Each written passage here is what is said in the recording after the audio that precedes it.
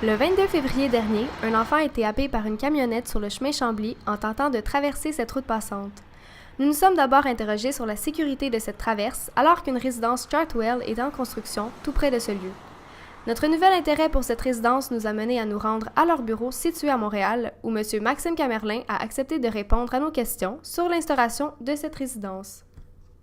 Donc, les résidences Chartwell, on est des propriétaires opérateurs de résidences pour retraités à travers le pays. On opère près de 200 résidences dans 4 provinces. On est une compagnie qui est basée à Toronto, mais qui a aussi, comme vous voyez, des bureaux ici à Montréal, aussi des bureaux à Vancouver. En fait, on a près de 27 000 unités d'appartements pour des personnes âgées à tous les niveaux. On est une compagnie qui est à la bourse de Toronto. On emploie aussi près de 14 000 personnes à travers nos multiples sites à travers le pays. Au Québec, on a environ 45 résidences et on est très actif au niveau du développement au Québec dans les dernières années. Donc, le projet du Saint-Gabriel à Saint-Hubert, le Chartwell Saint-Gabriel, est un projet qu'on a entamé il y a environ 2 ans et demi. On a eu l'opportunité d'avoir un site qui correspondait en tout genre à ce qu'on cherchait au niveau de notre développement. Saint-Hubert était un marché qu'on avait identifié comme on trouvait selon nos études, il y avait un manque d'offres dans le marché. Donc, on a fait des recherches, on a trouvé ce site-là qui se trouvait à être dans un nouveau développement qui était consacré avec un mélange de commercial et de résidentiel. Et donc, pour nous, ça fonctionnait très bien. Ça correspondait aussi à ce qu'on cherche maintenant au niveau des endroits où est-ce qu'on veut placer nos résidences, c'est-à-dire des endroits très centrales, des endroits où on peut permettre à nos résidents de non seulement être dans la résidence, mais de sortir et d'avoir accès à une multitude de services. Puis c'est vraiment ça qu'on recherche. Et le succès qu'on a eu avec ce projet-là démontre qu'on était sur la bonne voie parce que c'est un de nos projets qui a le plus de réussite avant même d'être ouvert depuis qu'on a fait des développements ici dans la région. Ça a été un processus qui s'est très bien passé, d'autant qu'on a un autre projet qui se développait un petit peu en même temps au niveau de Greenfield Park, pas très loin de là. Donc, on a eu des très bonnes relations. Le processus est relativement le même tout le temps, c'est-à-dire qu'on présente un projet à la ville, on va voir si d'abord on est dans le bon zonage qu'on cherche, on doit procéder à un changement de zonage. On travaille toujours très étroitement avec le service d'urbanisme de la ville pour s'assurer qu'on s'intègre bien dans le plan directeur que la ville se donne au niveau de son utilisation de son territoire. Donc, on travaille en collaboration, ils donnent leurs commentaires, on fait des ajustements, on essaie vraiment de s'intégrer. Et puis, à ce moment-là, ça a été vraiment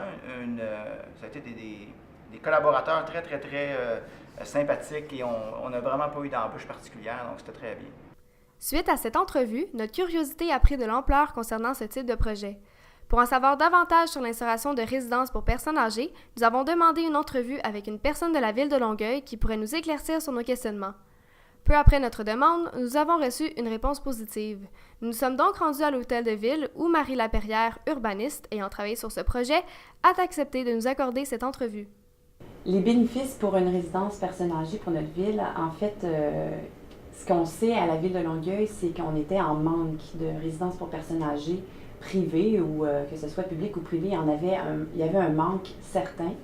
Donc, pour nous, c'était une opportunité d'accepter un projet comme ça.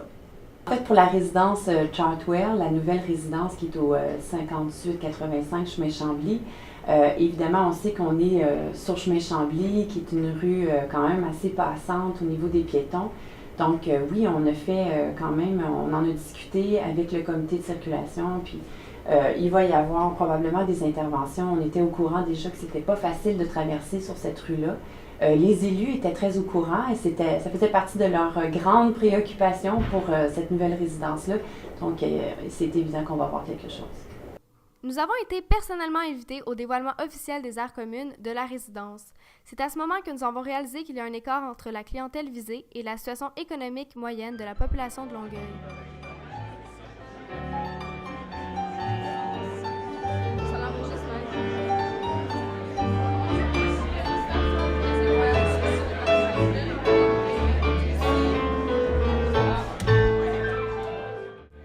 Nous avons cherché à comprendre pourquoi la ville de Longueuil a favorisé l'installation d'une résidence privée dont le coût du loyer ne permet pas aux personnes de la classe moyenne de s'y installer.